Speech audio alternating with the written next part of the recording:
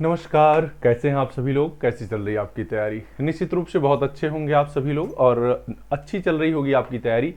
इसी तैयारी में और जान डालने के लिए, आपके मन को और अधिक पढ़ाई में लगाने के लिए तथा आपकी कमियों को टटोलने के लिए एग्जाम टाइम एकेडमी निश्चित रूप से निरंतर प्रयासरत है। और आप जो लोग हमसे जुड़े होंगे निरंतर जान रहे होंगे कि हो सकता है कि टीजीटी पीजीटी का जिसका एग्जाम हो वो सो गया हो, लेकिन आपके लिए 12-12 बजे रात तक की मेहनत होती है ताकि इस बार सफलता का जो सितारा है आपका भी चमके। लेकिन ये चमकेगा तभी जब आप भी साथ देंगे। देखिए, आपके कहने पर प्लेलिस्ट भी बना दी गई है। अर्थशास्त्र की प्लेलिस्ट आपको जब आप channel exam time academy YouTube पर सर्च करेंगे, आने के बाद चैनल जहां लिखा हो लोगो उसको प्रेस करेंगे, इसके बाद वीडियोस, शॉर्ट वीडियो, प्लेलिस्ट, इस तरह से सारे कॉलम बने हैं। प्लेलिस्ट में जाएंगे तो आपको अर्थशास्त्र और भूगोल का अलग अलग मिल जाएगा, जिसमें जितने भी वीडियो अर्थशास्त्र के हैं सब उसमें दिए गए हैं। ठीक है, तो एक ही बार में आप देख सकते हैं। और यदि आपको कहीं जाना है, रिश्तेदारी, बारात, हालांकि नहीं, मैंने कहा था कि अब सफलता ले पानी है तो ये सब त्यागे, लेकिन फिर भी कोई बहुत जरूरी है, यार मित्र दोस्त भाई बहन की शादी, तो आप जाइए, केवल कान में लगाए रखिए लीड और बातें चलती रहेंगी। ठीक है, आप पढ़ते रहिए और अपना काम करते रहिए। ठीक है ना जी, क्योंकि शादी भी जिंदगी में बार बार नहीं आनी है, जिसकी एक बार हो गई और आना भी नहीं चाहिए। और पढ़ाई तो निश्चित रूप से आप जान रहे हैं कितनी महत्वपूर्ण है, और ये पल, ये समय जो एक एक दिन करके सरक रहा आपके एग्जाम के लिए, वो भी बहुत महत्वपूर्ण। चलिए, आज देखिए एक महत्वपूर्ण टॉपिक लगा लोक वित्त से, राजकोषीय नीति एवं वित्त आयोग। राजकोषीय नीति एवं वित्त आयोग, इससे जितने भी प्रश्न अब तक बने हैं, जिनके बनने की संभावनाएं हैं, सब पे विचार किया गया है। तो देखिएगा आप कहां हैं। ठीक है, आपका नॉलेज इसमें कहां तक है। आइए पहले प्रश्न की बात करते हैं। कह रहा है कि ऋण नीति किस व्यवस्था का अंग है। ऋण नीति किस व्यवस्था का अंग है? तो आप जानते हैं मौद्रिक नीति का है नहीं, है राजकोषीय नीति का है, बैंकिंग व्यवस्था का नहीं है, अंतर्राष्ट्रीय सहयोग नहीं है, ये राजकोषीय नीति का है। ठीक है ना जी, राजकोषीय नीति का। देखिए कितना सुंदर प्रश्न है, और ये प्रश्न आएगा, ठीक, और इसी तरह से आएगा। और आप जब आप लगा के निशान टिक कलर करके एक अच्छा सा नंबर पाएंगे, जो आपके एग्जाम के लिए बहुत महत्वपूर्ण होगा। कह रहा है कि मध्यकालीन ऋण की अवधि होती है। मध्यकालीन ऋण की अवधि होती है, इससे संबंधित प्रश्न बनते हैं। मध्यकालीन ऋण की अवधि होती है, तो जल्दी से बताइएगा कितना, 5 वर्ष, 20 वर्ष, 10 वर्ष या 15 वर्ष। ठीक है, हाँ देखिए, यदि मैं इसकी बात करूं तो मध्यकालीन ऋण की अवधि होती है, आप जान रहे होंगे, 5 वर्ष। कितनी? 5 वर्ष। अब मैं सभी लिख देता हूं यहां, ताकि आपको कोई समस्या ना हो। कुछ भी पूछे, मध्यकाल, अल्पकाल या दीर्घकाल, किसी भी तरह का ऋण पूछे तो आप लगा सकिए। ठीक है, देखिए, अल्पकाल, अल्पकालीन ऋण,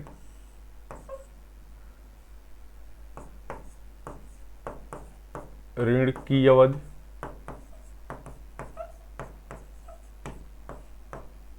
अवधि कितना? 1 वर्ष तक होती है। 1 वर्ष तक होती है। ठीक, 1 वर्ष तक कितनी होती है? 1 वर्ष तक होती है। ठीक, और मध्यकालीन की अगर बात करेंगे, मध्यकालीन अगर ऋण की बात करेंगे की अवधि कितनी होती है? 1 वर्ष से 5 वर्ष तक। 1 वर्ष से 5 वर्ष तक ये होती है आपकी मध्यकालीन ऋण की अवधि। इसके बाद अगर हम दीर्घकालीन ऋण की बात करें, किसकी? दीर्घकालीन ऋण। ऋण की बात अगर करेंगे तो इसकी अवधि होती है कितनी, 5 वर्ष से आगे।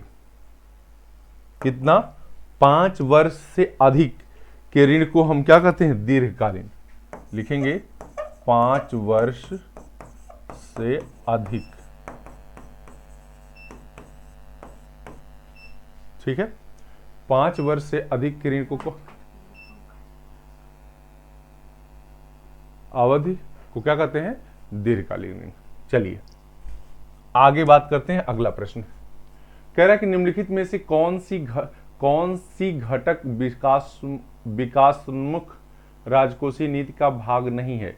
कौन सा घटक होना चाहिए, यहां कौन सा घटक क्या है, विकासोन्मुख राजकोषीय नीति का भाग नहीं है।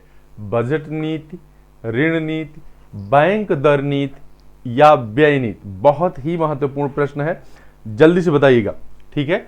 देखिएगा, विकास उन्मुख की बात करा, विकास धन उन्मुख, विकास गुण संधि है उसमें, तो बजट नीति तो है, ऋण नीति भी है, व्यय नीति भी है, क्योंकि ये सभी राजकोषीय नीति के दर।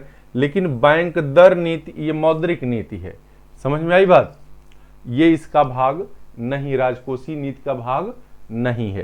क्लियर, हाँ। कह रहा है कि निम्नलिखित में से किस प्रकार के राजस्व का बंटवारा केंद्र सरकार राज्य सरकारों के साथ नहीं करती है। केंद्रीय बिक्री कर, उत्पाद शुल्क, आयकर, सीमा शुल्क। बहुत ही जबरदस्त टाइप का प्रश्न है, ठीक। जल्दी से इस प्रश्न का आंसर लगाइए। क्या केंद्रीय बिक्री कर, उत्पाद शुल्क, आयकर या सीमा शुल्क, जल्दी से बताइएगा।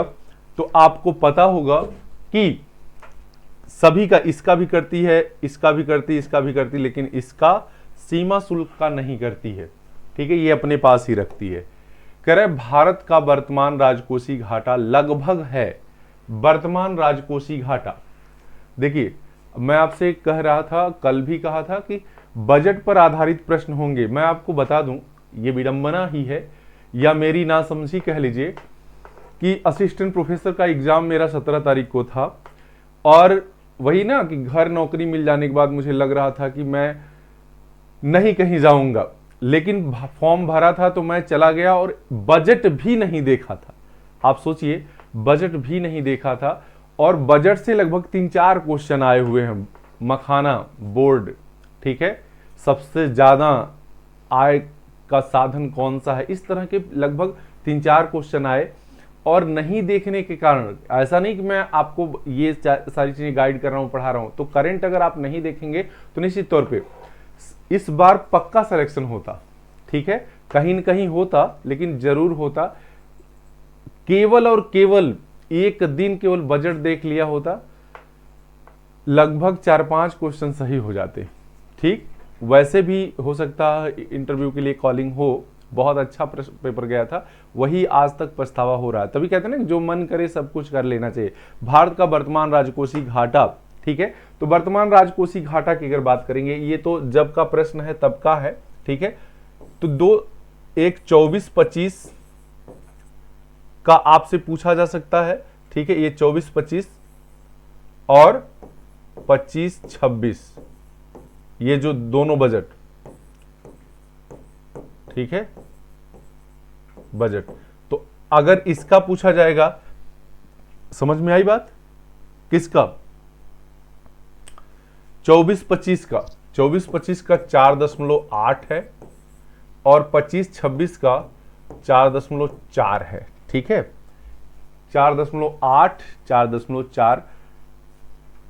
तो ये प्रश्न का आंसर तो जब का प्रश्न है तब का है, लेकिन आप जान लीजिए राजकोषीय घाटा जो है इस समय का ये है, तो ये प्रश्न आपको आ सकता है। आगे, निम्नलिखित में से कौन सा राजकोषीय नीति का उद्देश्य नहीं है। राजकोषीय नीति का उद्देश्य नहीं का क्या, आर्थिक विकास, आर्थिक स्थिरता, रोजगार का स्तर बढ़ाना, वित्तीय संस्थाओं का नियमन। आपको एकदम कंफर्म हो गया होगा, ठीक है, कि राजकोषीय नीति का अंग कौन सा नहीं है, राजकोषीय नीति का अंग कौन सा नहीं है। तो इसका कोई संबंध वित्तीय संस्थाओं का नियमन नहीं है, ये आरबीआई का सिस्टम है, मौद्रिक नीति का है, ठीक है, किसका है, मौद्रिक नीति का है। ये राजकोषीय नीति का नहीं है। कह रहा है कि निम्नलिखित में से कौन सा कार्य राजकोषीय नीति से संबंधित नहीं है। फिर देखिए वही प्रश्न है, और मद दूसरी आवंटन कार्य, उत्पादन कार्य, वितरण कार्य, स्थिरीकरण कार्य। स्थिरीकरण राजकोषीय नीति से संबंधित नहीं। जल्दी से दीजिए, ये भी प्रश्न आपका बहुत ही अच्छा है। आप देखिए, आवंटन का कार्य करती है, गरीबी अमीरी को 3-5 करने के लिए किसी पर कर लगाती, किसी से लेती है, ठीक, ये तो है। उत्पादन कार्य नहीं करती है, वितरण भी करती है, ठीक है, वो अमीरों से लेकर गरीबों। स्थिरीकरण भी करती, मतलब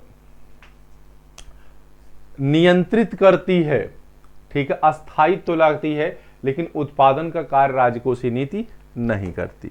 आगे है कि राजकोषीय नीति का उद्देश्य है आर्थिक वृद्धि, रोजगार की उत्पत्ति, कीमतों में स्थिरता या उपर्युक्त सभी।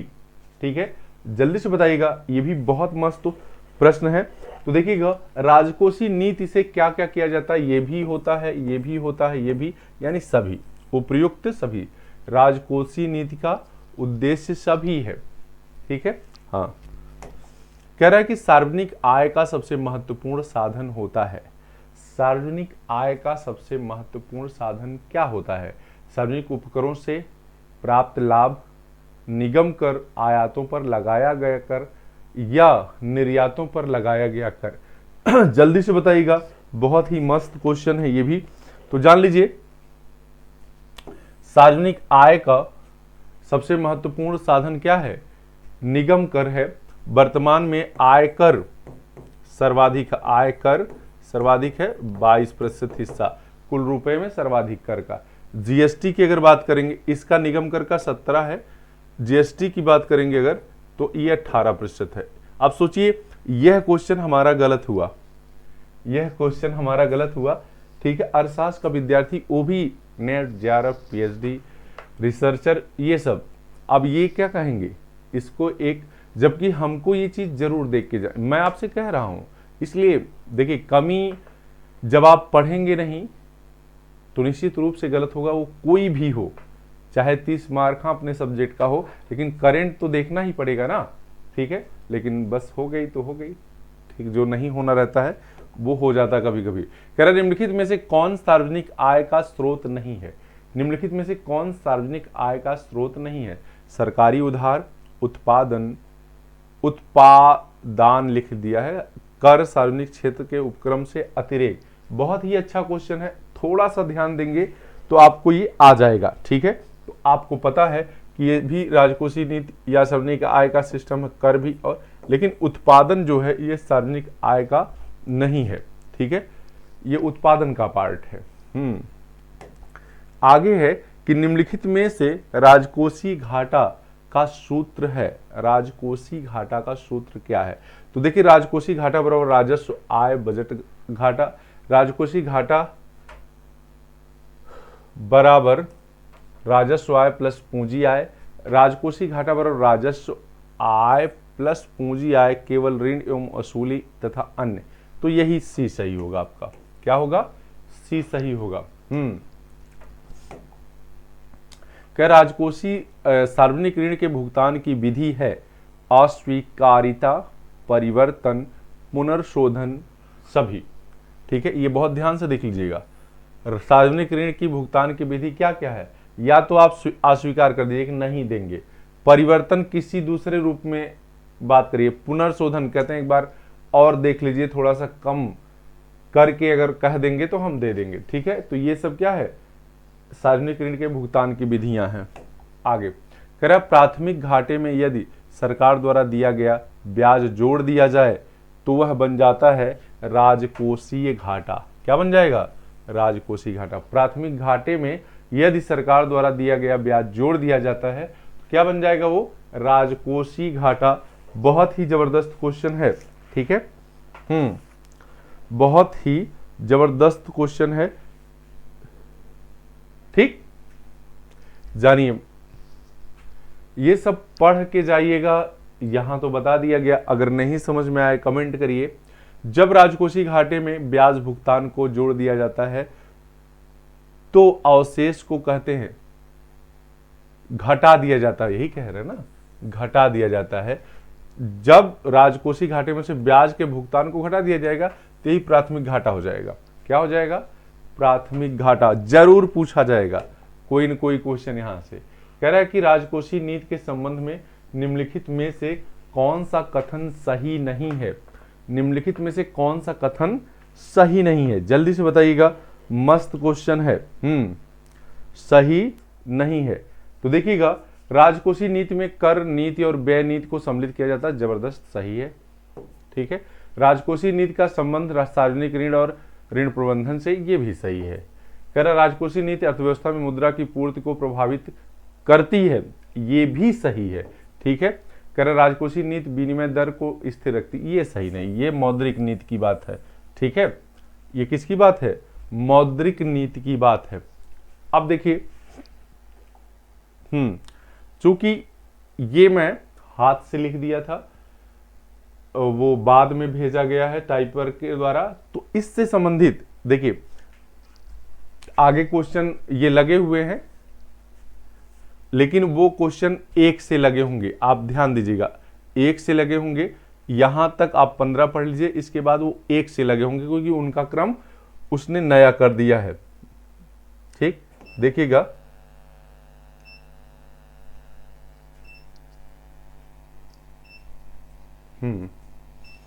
यहां से उठा लेते हैं उस चीज को।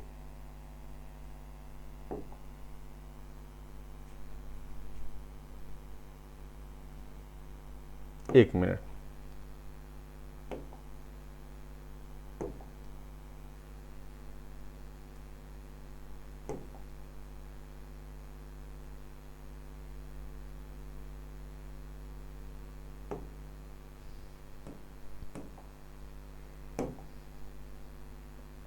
बस 1 सेकंड लगेगा, आप बने रहिए।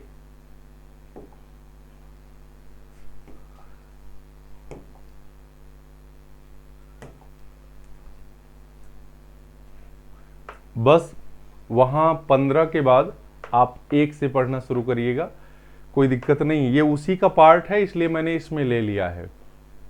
हाँ,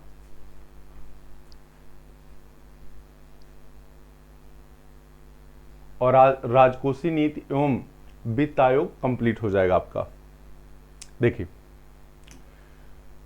राजकोषीय नीति का तात्पर्य है, ये क्वेश्चन उसके अनुसार ये क्वेश्चन होना चाहिए कौन सा? ये क्वेश्चन 15 के बाद 16 होना चाहिए, लेकिन अब 1 से मानिएगा, फिर कौन नंबरिंग करने जाएगा।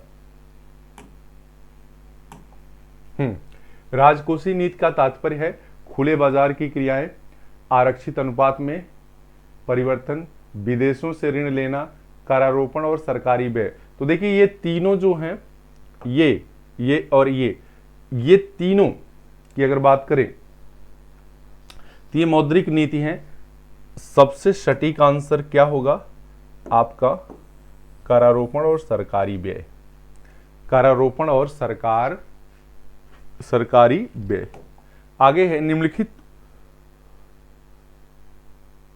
निम्नलिखित मदों में से किस मद पर केंद्रीय सरकार की राजस्व व्यय सबसे ज्यादा है? ठीक है। तो देखिए, स्वास्थ्य सेवाओं पर, अनुदान पर, उपदान पर, सभी पर खर्च कर रही है, लेकिन सबसे अधिक किस पे दे रही है? ब्याज के भुगतान पर। सबसे ज्यादा खर्च सरकार का किस पे होता है? ब्याज के भुगतान पर। अगला कह रहा है, प्रथम वित्त आयोग का गठन किया गया था वर्ष 1951 में, 1954 में, 1952 में या 1950 में? ये भी बहुत महत्वपूर्ण क्वेश्चन है, जल्दी से बताइएगा। ठीक है, आ रहा होगा आपको। ठीक है, देखिए क्या है इसका आंसर? 1951। केसी नियोगी इसके अध्यक्ष थे। कौन?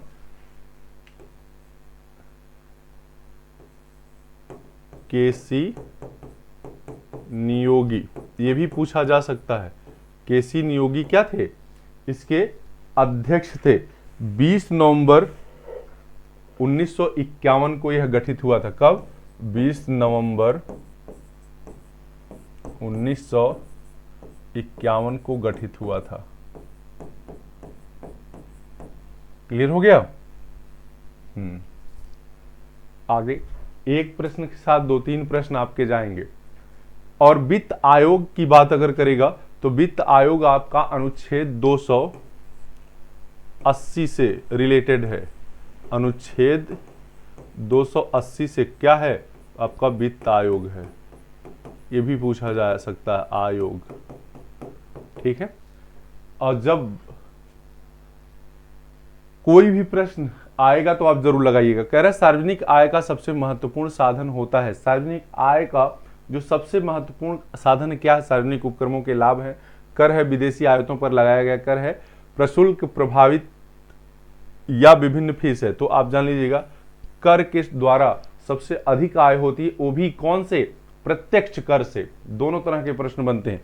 प्रत्यक्ष कर वह कर होते जिसको टाला नहीं जा सकता है। ठीक है। कराभार और करापात, कराघात दोनों एक ही व्यक्ति पर पड़ता है। कह निम्नलिखित में से कौन सा नियम फिंडले सिराज के सार्वजनिक व्यय के अंतर्गत नहीं आता? देखिए, तो फिंडले सिराज ने मितव्ययता का भी नियम दिया है, लाभ का नियम दिया है, आधिक्य का नियम दिया, लेकिन समन्वय का नियम नहीं दिया है। समन्वय का नियम कौन? फिंडले सिराज ने नहीं दिया है। इसलिए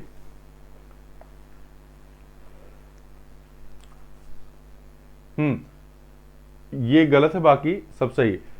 स्वीकृति का नियम दिया फिंडले सिराज के लिख लीजिएगा।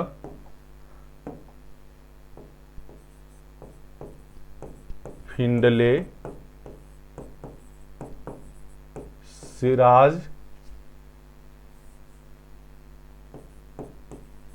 सिराज के नियम, सार्वजनिक व्यय के नियम। ठीक है। कौन सा है? मित व्ययिता हो गया। दूसरा लाभ, तीसरा आधिक्य, चौथा स्वीकृति। कौन सा? स्वीकृति का नियम।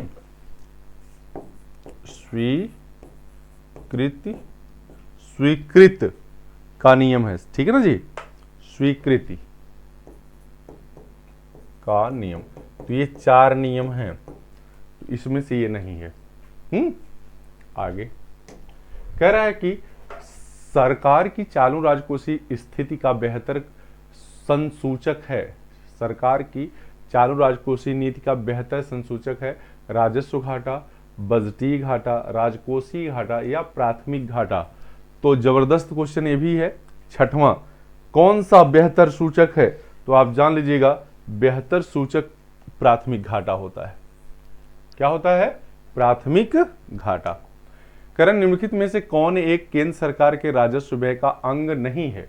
केंद्र सरकार के राजस्व व्यय का अंग नहीं। ब्याज अदायगी, आर्थिक राज सहायता, शिक्षा व्यय, रक्षा व्यय। एकदम आंसर आपके सामने दिख रहा है, जल्दी बताइए। ठीक। तो केंद्र सरकार के राजस्व व्यय का अंग नहीं है। ठीक। आर्थिक, देखिएगा ये क्वेश्चन विवादित रहा है। ये क्वेश्चन क्या रहा है? विवादित रहा है। ठीक है।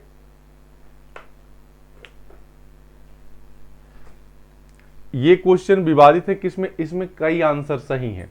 ठीक है। इसमें कई आंसर सही हैं। ठीक। तो इस प्रश्न का आंसर कई हो सकता है, क्योंकि देखिएगा शिक्षा और ये दोनों क्या हैं? केंद्र सरकार के राजस्व व्यय का अंग नहीं है। तो शिक्षा भी है केंद्र सरकार के, अगर एक बार देख लीजिएगा,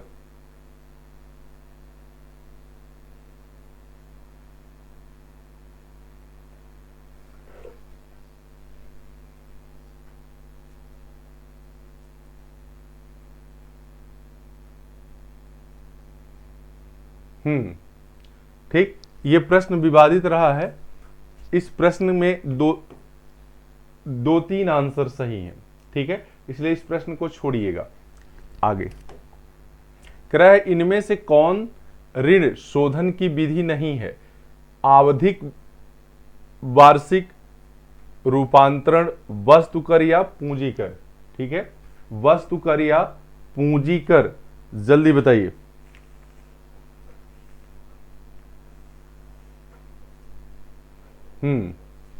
कौन सा ऋण शोधन की विधि नहीं है? कौन सा ऋण शोधन की विधि नहीं है? तो वस्तु कर ऋण शोधन की विधि नहीं है। वस्तु कर ऋण शोधन की विधि नहीं है। आगे कह रहा निम्नलिखित में से कौन राजकोषीय नीति का उद्देश्य नहीं है? आर्थिक समृद्धि, आर्थिक स्थिरता, रोजगार स्तर को अधिनियम करना, या वित्तीय संस्थाओं का नियमन, या वित्तीय संस्थाओं का नियमन। तो बड़े ध्यान से पढ़ के दीजिएगा जवाब। अच्छा क्वेश्चन है, ठीक है। अंग उद्देश्य नहीं है, उद्देश्य नहीं है। आर्थिक समृद्धि, आर्थिक स्थिरता, रोजगार स्तर को अधिनियमन, या वित्तीय संस्थाओं का नियमन। ये प्रश्न इसके पहले आ चुका है, आप जान रहे होंगे। आप अगर ध्यान से पढ़ेंगे तो आपको जवाब मिल जाएगा, ठीक है। आगे कह रहा है कि सार्वजनिक निर्माण कार्य में होने वाले विनियोग को कहा जाता है। सार्वजनिक निर्माण कार्य में होने वाले विनियोग को कहा जाता है राजस्व व्यय, पूंजीगत व्यय, चालू व्यय, या दोनों। जल्दी से बताइए, ये भी बहुत अच्छा प्रश्न है, ठीक है। तो इसको कहते हैं पूंजीगत व्यय कहते हैं। क्या कहते हैं? पूंजीगत व्यय। तो ऊपर नीचे ऑप्शन कर दिया, ए के बाद बी चाहिए, लेकिन उसने सी पहले ले लिया है। लेकिन आप जानिए कि सार्वजनिक निर्माण कार्य में होने वाले व्यय विनियोग को कहते हैं पूंजीगत व्यय। आगे कह रहा है यदि कीमतें बढ़ती हैं तो सार्वजनिक ऋण के प्रत्यक्ष वास्तविक भार, कीमतें बढ़ती हैं तो सार्वजनिक ऋण के प्रत्यक्ष वास्तविक भार में क्या परिवर्तन होगा? ठीक है, क्या परिवर्तन होगा? तो आप जानते हैं इससे क्या आएगी? गिरावट आएगी, वृद्धि नहीं होगी, गिरावट आएगी। क्या हो रही? कीमत बढ़ेगी तो गिरावट आएगी, कीमत घटेगी तो वृद्धि होगी, ठीक ना जी। कह रहा है कि निम्नलिखित में से कौन भारत सरकार के योजनागत व्यय के अंतर्गत नहीं आता? निम्नलिखित में से कौन भारत सरकार के योजनागत व्यय के अंतर्गत नहीं आता है? जल्दी बताइएगा। अच्छा क्वेश्चन ये भी है, योजनागत व्यय के अंतर्गत क्या नहीं आएगा? सब्सिडी, प्रतिरक्षा, ब्याज भुगतान, अवस्थापन के विकास पर व्यय, ये नहीं आएगा, ठीक है। सब्सिडी आएगी, प्रतिरक्षा आएगी, ब्याज आएगा, क्या नहीं आएगा? अवस्थापन के विकास पर व्यय। आगे कह रहा है निम्नलिखित में से कौन सा राजकोषीय नीति का संयंत्र नहीं है? राजकोषीय नीति का यंत्र नहीं है। परिवर्तनशील आरक्षित अनुपात तो पहला ही गड़बड़ है, ये मौद्रिक नीति है, आरबीआई इसको करता है। कौन करता है? आरबीआई, ठीक है। बाकी सभी क्या है? राजकोषीय नीति के हैं। आगे कह रहा है कि राजकोषीय नीति संबंधित है करेंसी के निर्गमन तथा चलन से, निर्यातों तथा आयातों से, मौद्रिक नियंत्रण से, सार्वजनिक आय और व्यय से, ये सही है। कार्यात्मक वित्त के विचार को सर्वप्रथम किसने विकसित किया था? टॉजिंग ने, हाफ डाल्टन ने, एपी लर्नर ने। कौन? एपी लर्नर ने। कार्यात्मक वित्त, कार्यात्मक वित्त, क्या? कार्यात्मक वित्त बहुत महत्वपूर्ण क्वेश्चन है। आगे निम्नलिखित में से किस प्रकार के राजस्व का बंटवारा केंद्र सरकार राज्य सरकारों के साथ नहीं करती है? अभी प्रश्न आया था सीमा शुल्क का। किसका? सीमा शुल्क का, ठीक है ना जी। सबका करती, सीमा शुल्क का नहीं करती। कौन सा एक क्षेत्र सरकार के राजस्व का स्रोत है? ये कौन सा एक स्रोत सरकार के राजस्व का स्रोत नहीं माना जाता? कर, सार्वजनिक उद्यमों के अधिक अंतरण, भुगतान, आंतरिक ऋणों और जमाओं का संग्रहण। देखिएगा मस्त क्वेश्चन है, जल्दी बताइएगा। हाँ, तो आप देखिए कर, सार्वजनिक उद्यमों का अधिक अंतरण, भुगतान सभी हैं, ये नहीं माना जाता, नहीं, ध्यान दीजिएगा। आंतरिक ऋणों और जमाओं का संग्रहण। कह रहा है कि 12वें वित्त आयोग की सिफारिशें, 12वें वित्त आयोग, तो आपको 12वां तो अब पूछा नहीं जाएगा, ठीक है। आपको पूछा जाएगा 16वां। कौन सा? 16वां वित्त आयोग, 16वां वित्त आयोग, 16वां वित्त आयोग। इसके अध्यक्ष हैं अरविंद पनगढ़िया, ठीक है। 16वें वित्त आयोग के अध्यक्ष कौन है? अरविंद पनगढ़िया। ये चलेगा 2026 से 5 जोड़िए 31 तक, ठीक है ना जी। ये आगे कर से प्राप्त आय को दो भागों में बांटा जा सकता है, प्रत्यक्ष और परोक्ष करों से प्राप्त आय। प्रत्यक्ष करों से प्राप्त आय परोक्ष करों से प्राप्त आय से क्या होती है? अधिक होती है। प्रत्यक्ष कर हमेशा आय अप्रत्यक्ष कर से क्या होते हैं? अधिक होते हैं। अल्प विकसित देशों में राजकोषीय नीति के 3 प्रमुख उद्देश्य होते हैं। यह नहीं, 3 होते हैं, एक ठो इसमें से नहीं है।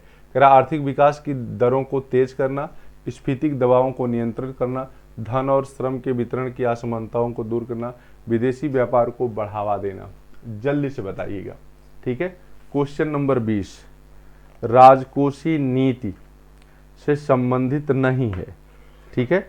देखिएगा कौन सा है, तो राजकोषीय नीति से संबंधित सभी हैं, विदेशी व्यापार को इससे बढ़ावा नहीं दिया जा सकता, ठीक है। बाकी सभी हैं। राजकोषीय नीति आर्थिक विकास की दर को तेज करती है, स्फीतिक दबावों को नियंत्रित करती है, धन और श्रम के वितरण की असमानता को दूर करती है।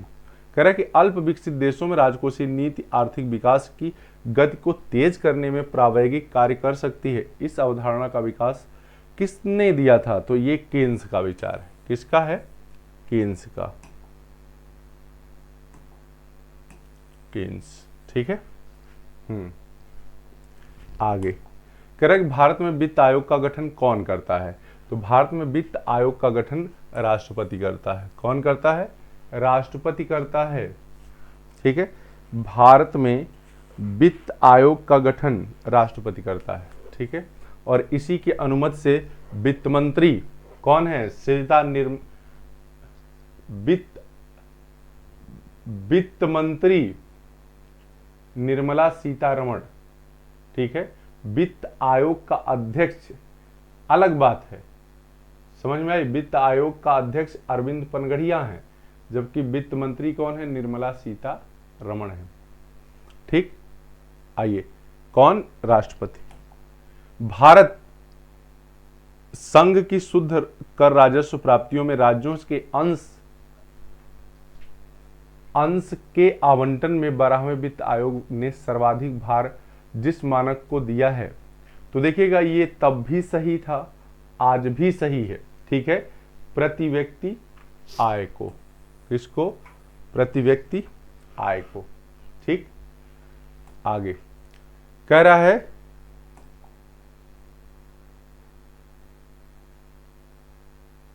ये 16वें में भी सही है, 12वें को छोड़ दीजिए, 16वें में भी वही सही है। कह रहा है कि 12वें वित्त आयोग द्वारा संघीय करों के राज्यों में बंटवारे के लिए सर्वाधिक भारांश किस मानक को दिया गया था? तो 24वें का आंसर दीजिएगा, प्रश्न नंबर 24वां। जल्दी से बताइएगा। तो इसमें भी आप जान लीजिए क्या है? प्रति व्यक्ति आय। वही प्रश्न दोहराया गया और आज भी वही सही है, ठीक। देख लीजिएगा। आगे है कि वन एवं पर्यावरण का पूर्ण मंत्रालय गठित किया गया था। वन एवं पर्यावरण का पूर्ण मंत्रालय 1985 में गठित किया गया था। कब? 1985 में। कह रहा है कि गत 25 वर्षों में केंद्रीय लोक व्यय में असाधारण वृद्धि के लिए निम्नलिखित में से कौन सा एक कारण प्रमुख जिम्मेदार है? रक्षा व्यय में वृद्धि, मुद्रास्फीति की दर में वृद्धि, केंद्र सरकार के कर्मचारियों के वेतन में वृद्धि, केंद्र सरकार द्वारा लिए गए ऋणों के लिए ब्याज भुगतान में, ठीक है। 25 वर्षों की बात कर रहा है। तो जल्दी से बताइएगा कि इस प्रश्न का जवाब क्या सही होगा, ठीक है ना जी। तो आपको मैं बता दूं, केंद्र सरकार द्वारा लिए गए सबसे ज्यादा जो ऋण लिए जाते हैं उसके ब्याज के भुगतान में सबसे ज्यादा खर्च हो रहा है, ठीक। आगे 12वें वित्त आयोग की संस्तुति किस अवधि के लिए है? ठीक है, तो ये 12वां तो पूछा नहीं जाएगा, 16वां पूछा जाएगा। लिखेंगे 26 से 31 तक।